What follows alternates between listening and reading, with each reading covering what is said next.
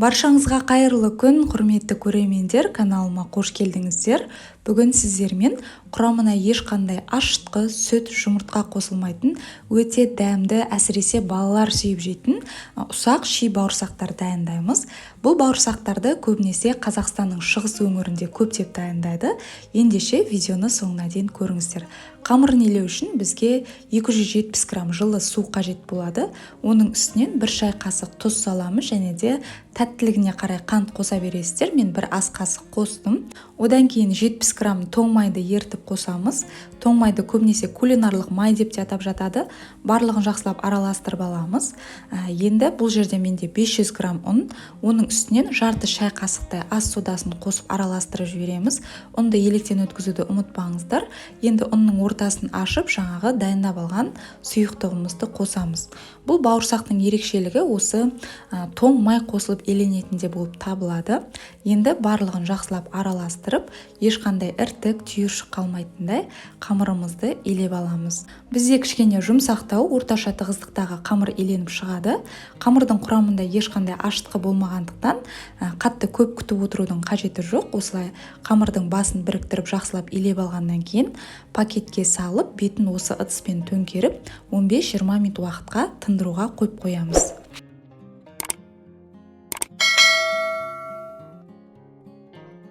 Арада 15-20 минуттай уақыт өткеннен кейін қамырымызды алып, бауырсақтарымызды дайындауға кірісе береміз. Ол үшін қамырымызды бірінші осылай жақсылап басып илеп аламыз. Одан кейін қамырды теңдей 2 бөлшекке бөліп аламыз.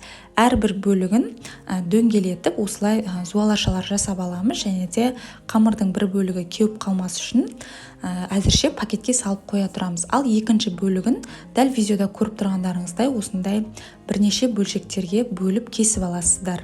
Бұл ши бауырсақтардың құрамында ешқандай жұмыртқа, сүт, ашытқы болмаса да, өзінің дәмі мен балғындығын ұзақ уақытқа дейін сақтап тұрады. Ал енді мінеке қамырымызды осылай кесіп алдық. Әзірше қалған бөлігінің бетін жауып қоя тұрамыз, кеуіп қалмас үшін.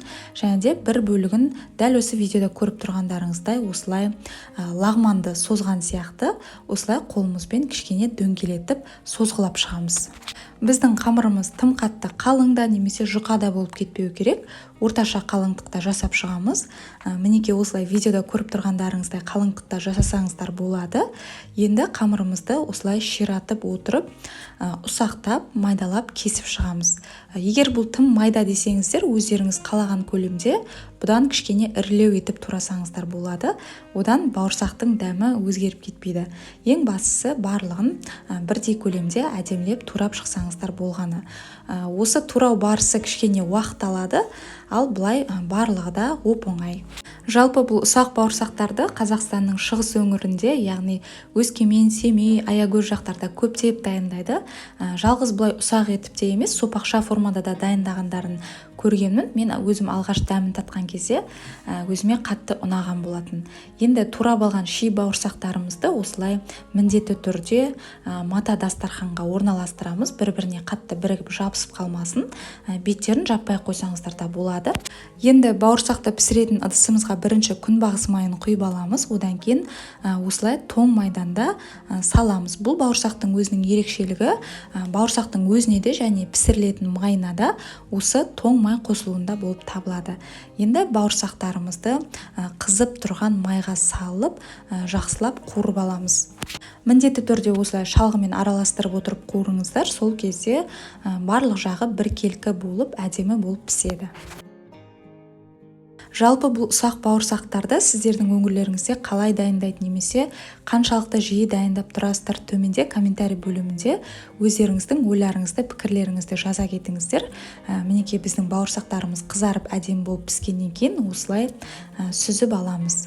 Бұл бауырсақтардың тағы бір ерекшелігі өзінің бойына жаңағыдай майды қатты сіңіріп алмайды, яғни бауырсақ майлы болып тұрмайды.